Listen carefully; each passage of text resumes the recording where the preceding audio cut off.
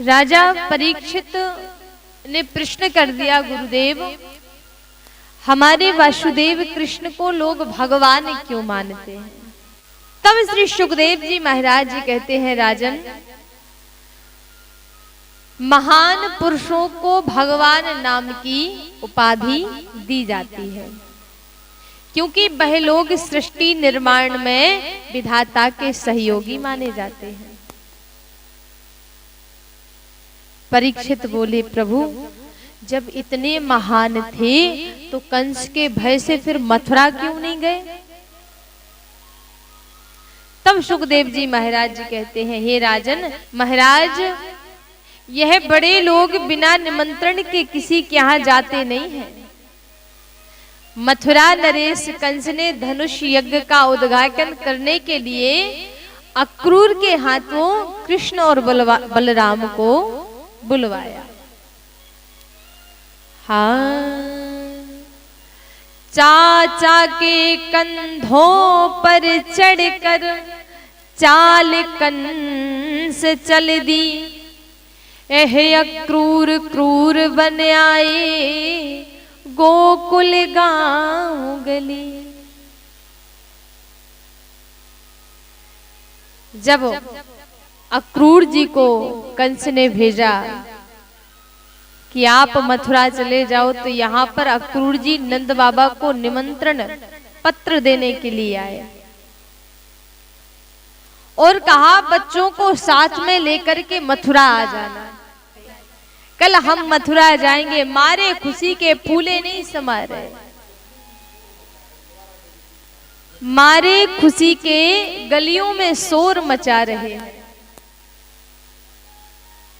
नारायण मेरे शोर सुनकर गांव की गोपियों की नींद उड़ गई। खुशी के मारे नींद तो गोप कुमारों की भी उड़ी हुई है।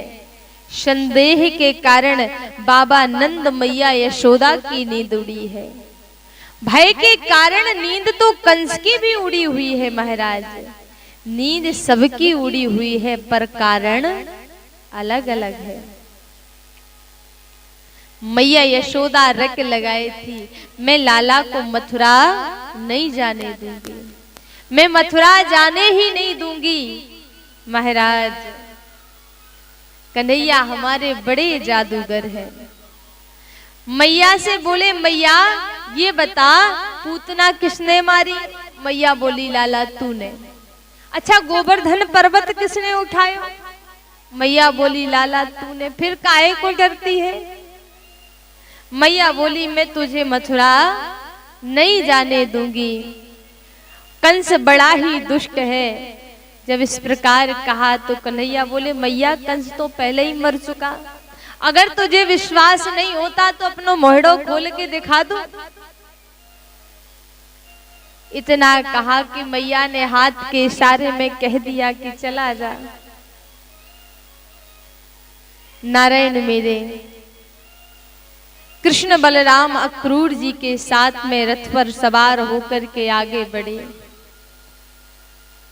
जब भगवान मथुरा की ओर चल दिए तो गोपियों ने चारों ओर से रथ को घेर लिया और कहा, हे श्याम सुंदर तुम रथ में बांध करके हमारे सभी मनोरथ ले जा रहे हो,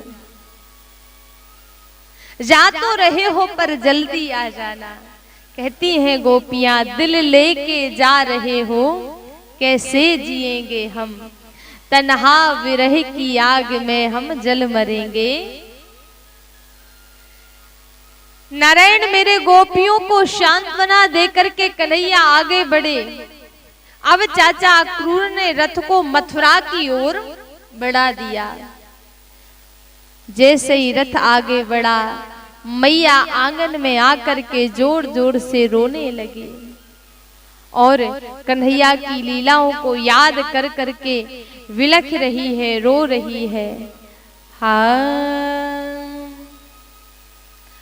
राजमहल की दीवारों पर कर गए लाल लकीरें, मैया को महलों में दिखती लाला की तस्वीरें, खेल खिलौना देख के रोई, धीर धरे नहीं कोई, करके याद लाडले सुत की, सिर धुन धुन के रोई।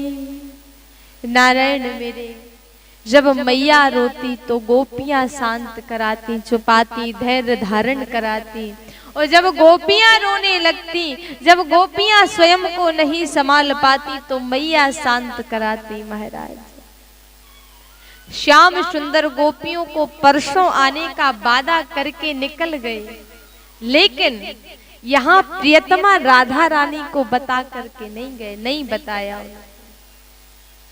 और बताकर जा भी नहीं पाते।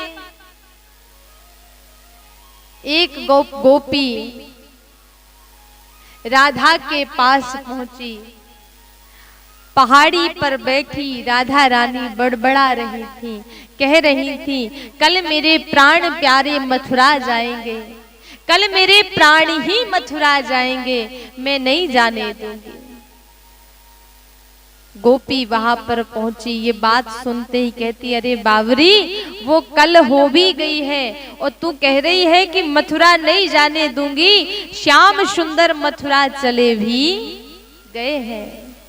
आहा हा, यह दौड़ पड़ी मार्ग में रथ से, उड़ी हुई धूल तेज धूप में अंधाधुंध दौड़ रही है। दौड़ते दौड़ते थक गई और रथ के पहिए से बनी लकीरों के बीच गर्म रेत में गिर पड़ी। महाराज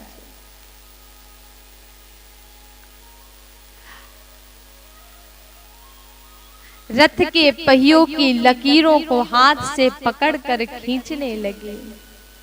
काश ये लकीरें रस्सियां होती और रथ रुक जाता।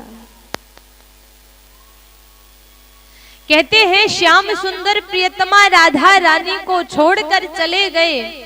फिर 100 वर्ष तक श्याम सुंदर श्री किशोरी जी का मिलन ही नहीं हुआ। हाँ, श्री राधा को स्वर्ग में लगा एक अभिशाप, 100 जन्मों का होवेगा प्यार का दुख संताप, प्यार का दुख संताप।